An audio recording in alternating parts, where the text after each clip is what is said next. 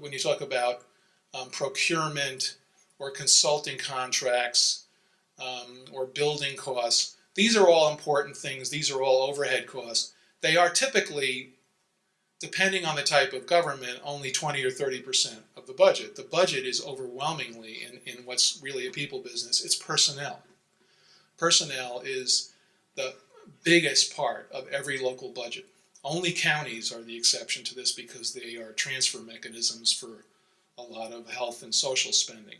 But even counties have a big hunk of personnel costs. So what I'm going to get into now is the other part of this, which has been the tougher part of the nut to crack, and other ways to think about dealing with this problem. I call it better living through transparency. And what I'm urging in saying this, and what I mean by better living through transparency, is I'm urging local officials to put out much more information about the actual state of finances, about how and why money is spent, and to really double to whatever extent they're putting out information about local finances and operating costs, to double and triple it, and to sharpen it, to make it more understandable, and to continually educate people on how their money is spent. I think because I think that the more people understand, the more they will be getting involved in and sympathetic to efforts to really address this. Now, one way of doing this, next slide, Ray, I call it take a longer view. And I'm going to ask the panel, I don't mean to put you on the spot, but and our people in the room, how many people here maintain and publish a multi-year financial plan? Maintain and publish a multi-year financial plan. That's not uncommon. Very few municipalities in the entire state maintain and publish a multi-year plan. Most have something in their vest pockets, but they don't publish it.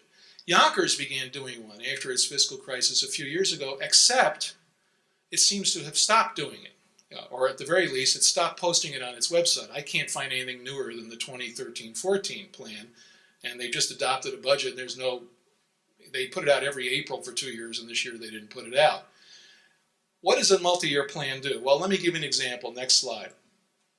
If you don't have a multi-year plan, and you're trying to talk to people about the need to control expenditures in your town or city or village, you're like somebody driving down this rural road at night, and our panel can't see it, but it's this rural road and your brights don't work, or you're stuck with just your parking lights and you kind of see the center line of the road, you don't see anything else. And what you and everybody else doesn't see, next slide, is the small herd of deer about 2 car lengths or 3 car lengths ahead of you, because you're not allowing yourself to see it. You're not illuminating it. And in fact, if you illuminate on a multi-year basis with a 4-year financial plan, 4 years including the current year at all times, where your expenditures, where your receipts and disbursements are headed, where your revenues and expenditures are headed, in many cases you're going to see that there is an imbalance that's going to develop that could get quite serious. And I think there's a political school of thought that is bipartisan throughout the state, in which mayors figure, I'd better not, if I put this out, people will misunderstand it and they will blame me. I think it actually empowers mayors to get things done. Look, if we don't do something about this, this train is going to hit us. For instance, I think that when Mayor Spano found what he had inherited in Yonkers, he found that it suited his purposes to show just how serious Yonkers' situation was. And they had a $100 million out-year budget gap, which was 10% of their revenue base. And now they've had a further complication that makes things potentially worse. If people don't know how big the problem is just down the road, they're not going to be very sympathetic to your efforts to deal with it. I think it's really important to do this. This can't be stressed enough. It really is high time everybody in the state was doing it. And I'll tell you, as a matter of what I advocate in Albany, I'm not a lobbyist, but I obviously push out a lot of ideas. For years, I resisted the notion of mandating this because who needs another mandate? I've dropped my resistance to doing that. I think there should be a state law requiring multi-year plans. They're not complicated. They're not hard to do. If you're doing any level of budgeting with any level of government, you can do it. I'm going to run through a couple of quick quotes from the Comptroller's office. Problems that remain hidden for a long time have a way of emerging as full-blown crises if you're not paying attention. Next one. The Government Finance Officers Association as a policy priority nationally recommends this. They can allow you to look at your financial challenges and begin dealing with them sooner rather than later. Obviously, we should be dealing with things and not kicking cans down the road. This is a really, really important thing, and I think it really needs to be done routinely and systematically at every level of government in New York. If you go to elements of a long-term plan, which is that one, yes. So you have revenue projections, expenditure projections, the projected surplus and deficit if nothing changes, and separately your reserves and fund balances and what they are. We can discuss this more in further detail later, but I wanted to get that out there on the table. Now, a second point, that's an example, that's the Yonkers one, so you can skip that. My second point was, I can't even read my own. Go public with your collective bargaining choices. Here's the thing. The overwhelming share of your budget is public employee compensation, and the overwhelming majority of that number is collectively bargained compensation for unionized employees. Police and fire in a city and municipal setting, it is overwhelmingly police and fire, and then secondarily probably the DPW employees and then the clerical workers. People do not understand, I know the people at this table do, people do not understand just how sticky and big and difficult to manage those costs are because of our collective bargaining laws in New York. This is a real problem. Now, there's a tradition in New York that is not required by law. And the tradition is to treat negotiations secretly. Well, we're in talks. We put an offer on the table. And the reporter says, what's the offer? Can't tell you. Right? Why? The majority of your tax money and your record high taxes in Westchester are spent on that. And yet that is kept secret. We can't talk about it. Or, tell me if you've heard this one. We've reached a settlement with the union. We've reached a tentative settlement. What's in the settlement? I can't tell you. We have to wait until they run it by their members. Okay, they run it by their members. Can you tell us? No, we're going to show it to the board. Well, this is a big why. You realize there's some states in the union where the whole process of collective bargaining is done in public? The whole thing. Will there be some posturing? Yes, but you know what? There's posturing in public now that serves private interests. I think that they cancel each other out. People need to understand the restrictions that local governments operate under. A couple of our other papers over there, one of them is on binding arbitration, binding interest arbitration for police and firefighters. This has led to a very, very significant increase over the last 40 years since it was enacted in police and fire pay. But it's not just the pay. It's the work rules. It's things like mandatory staffing limits. And it is the benefit levels. All of these things become sticky because of arbitration and very difficult to change. So you hit a recession, your revenues drop 20% in the space of 2 years, and guess what? Their pay's going up. Now, you can't even begin to grapple with it. Because what you may notice now is there's a lag effect. 5 and 6 years after the recession, we're seeing a bit of a slowdown now in compensation. But that's too late. That's because you're already broke and can't pay more. So now the new cycle comes through and the supposedly independent arbitrator recognizes that you don't have any money. This is a whole other area that needs to be talked about. And that gets to my third point, which is, how did I phrase it? Get louder in Albany. Okay? Now, I know what happens in the state legislature and when local officials meet with state legislators. You say to state legislators, listen, arbitration is killing us. Or another example, which I have a report out, when our report on this is out there, Triborough Trouble, the Triborough Amendment, guaranteed annual pay. This is particularly bad for schools. Guaranteed 3% pay increases on average every single year, usually for 20 years. And then longevity every few years thereafter, no matter what. This has a tremendous effect on the dynamic of negotiations as well as costs. If you go to a legislator in Albany, I know this happens. I've been in the meetings where it happens in the past. And he says, what can I do for you? Well, we got a lot of issues. We want mandate relief. Yeah, what do you mean by mandate relief?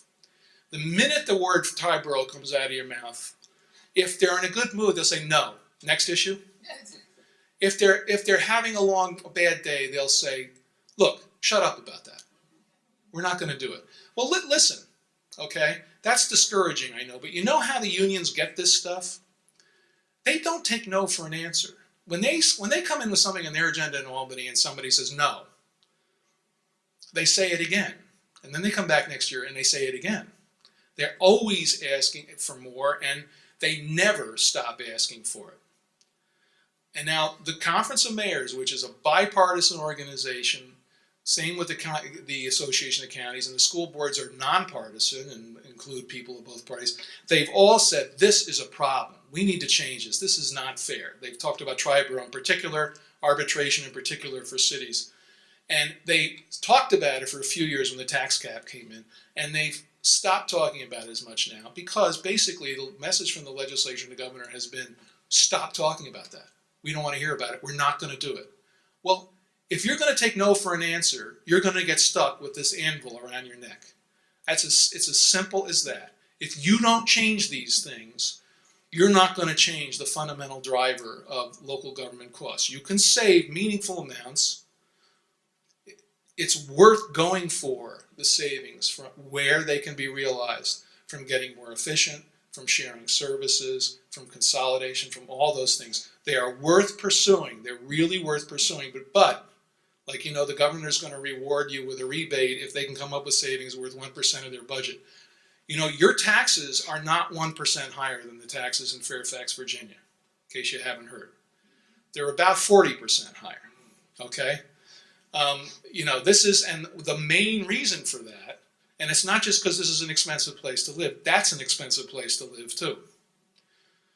And no, their employees are not paid minimum wage. You've got a very expensive, high fixed personnel costs here.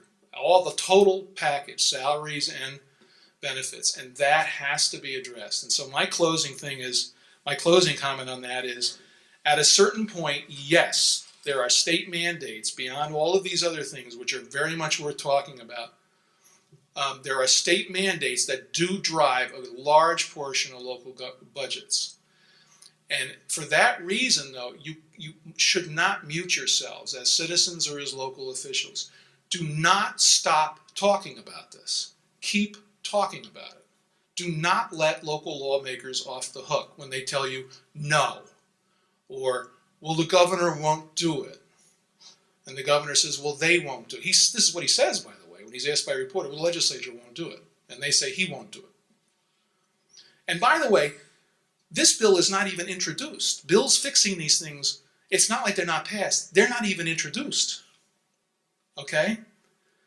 You know, the entire agendas of some unions are introduced just to have them there. Well, they're not passed, but they're introduced. This isn't even introduced. So that's a problem. Get to first base. Keep talking about this stuff. So that's my point on that. But again, nothing I've said about that, I want to make clear, is meant to detract from the value of doing the other things that I'm sure we'll talk about tonight in the area of improving efficiency and looking for opportunities to collaborate and consolidate and merge services where it's feasible and where it can deliver good savings in the long run. So with that, I'll conclude, and I look forward to the discussion. Thank you.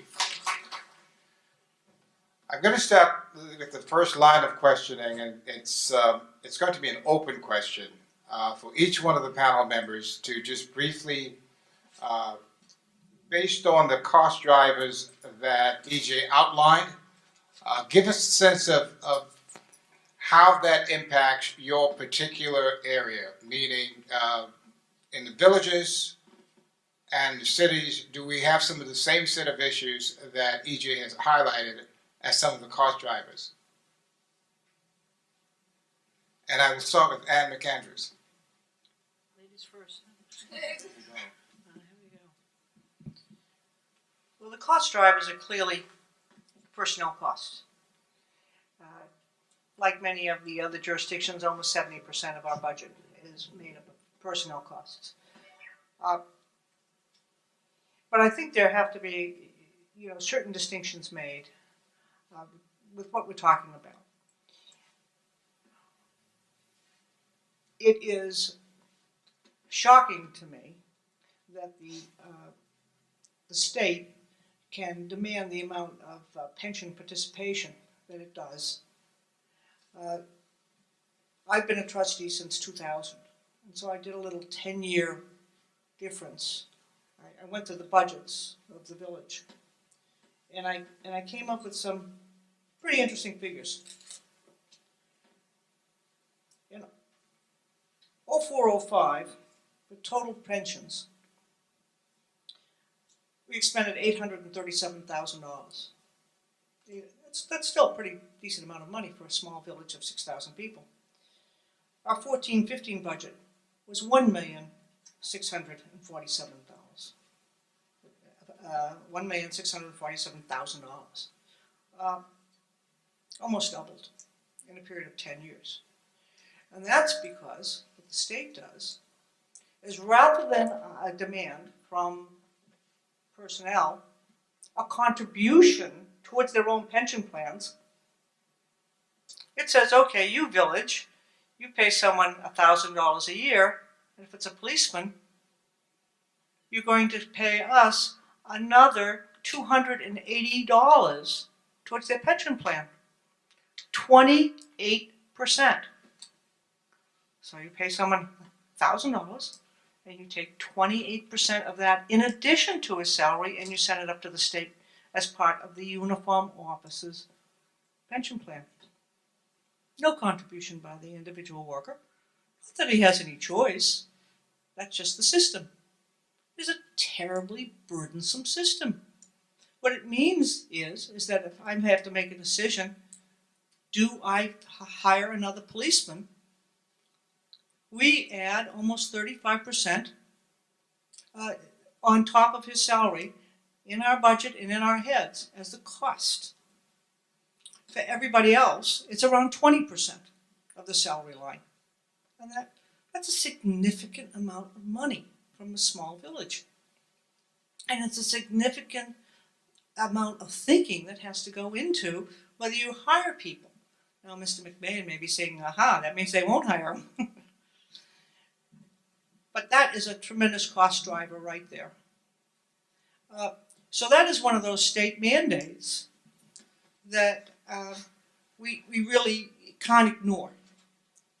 What does all this mean? Is there ever going to be any contribution, a change in the contributions demanded by the state? I think that would make a big, big difference to our local budgets.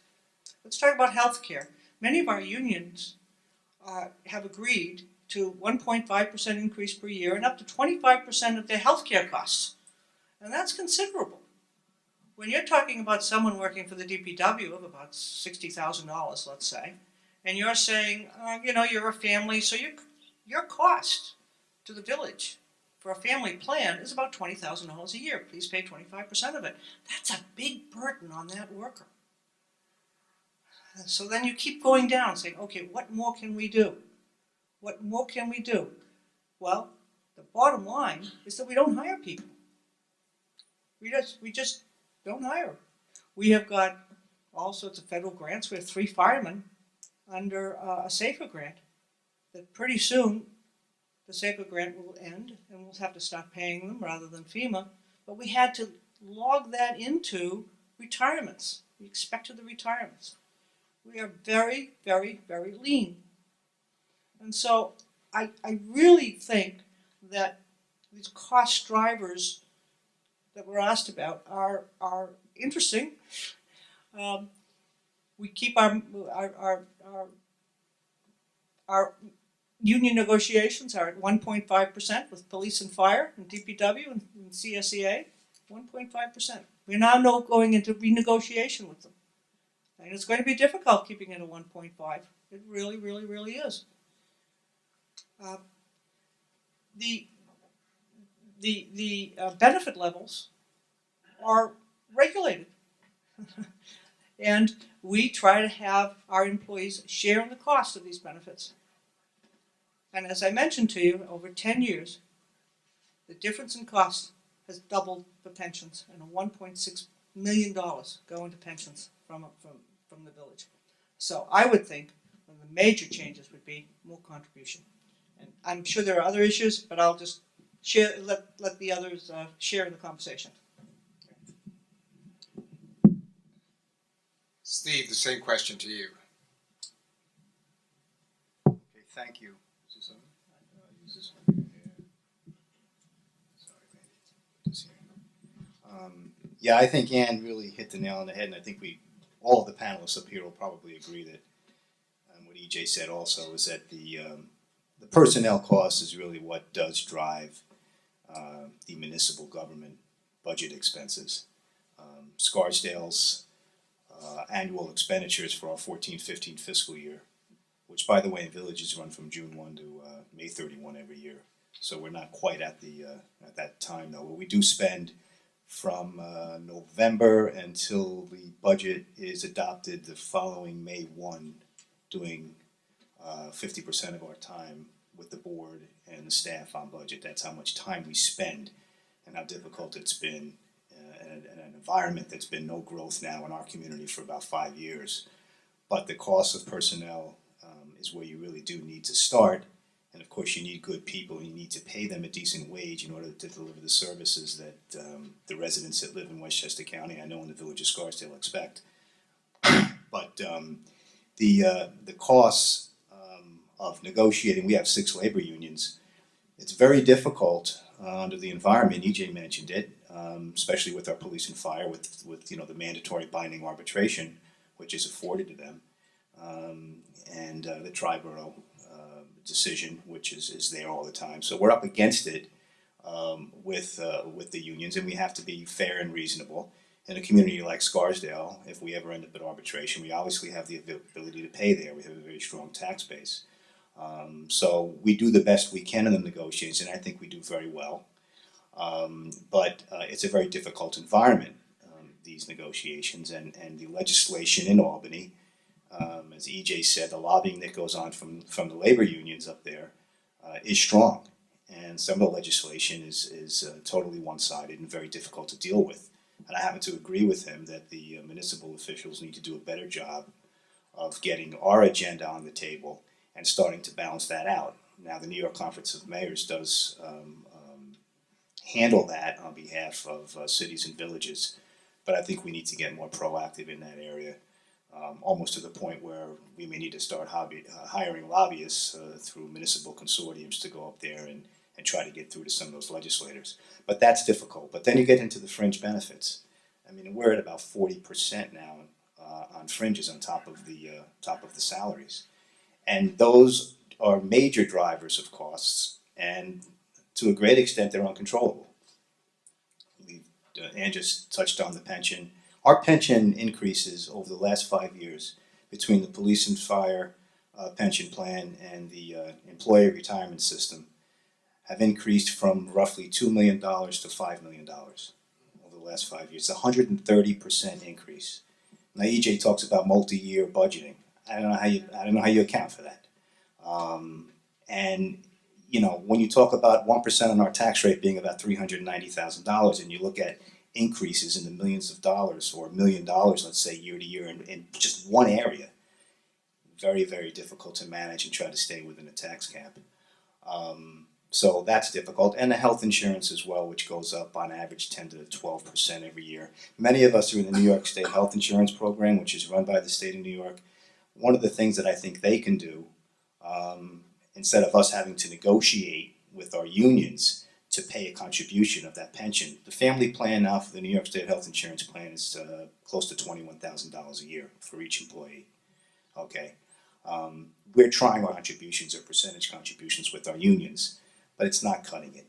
We're doing the best we can, but at the end of the day, it's a very small percentage of the actual premiums, 5, 6, 7%. It'd be nice if the state could provide some relief, and in that plan itself, require a contribution from the employee. They can do that. Charge 10%. Same thing which Ann just mentioned on the pension. I guess it's probably over a decade ago now. The members of the tier, what's that? Yeah, the members of the tier 3 and tier 4 in the pension plan contributed 3% of their salary as part of the pension, which helped to alleviate the employer contribution. That was unilaterally eliminated by the controller, who's the sole proprietor of that plan, which is another issue, who was running for governor. And so things were very good at that time. The market was doing well. But what's happened since then, as we've seen some shifts on Wall Street and some issues with the funding in the plan, the pension plan, is that they could use that money now. And they ought to think about reinstituting that contribution for the majority of the people that are in the retirement system, which are the tier 3s and tier 4s. That would go a long way in helping to fund the plan and relieve the employer contribution on a year-to-year basis. So there are some things that that the state can do. Just to get back to the actual salaries that are paid countywide. There's no salary and wage plan, standard salary and wage plan in this county, and we continually,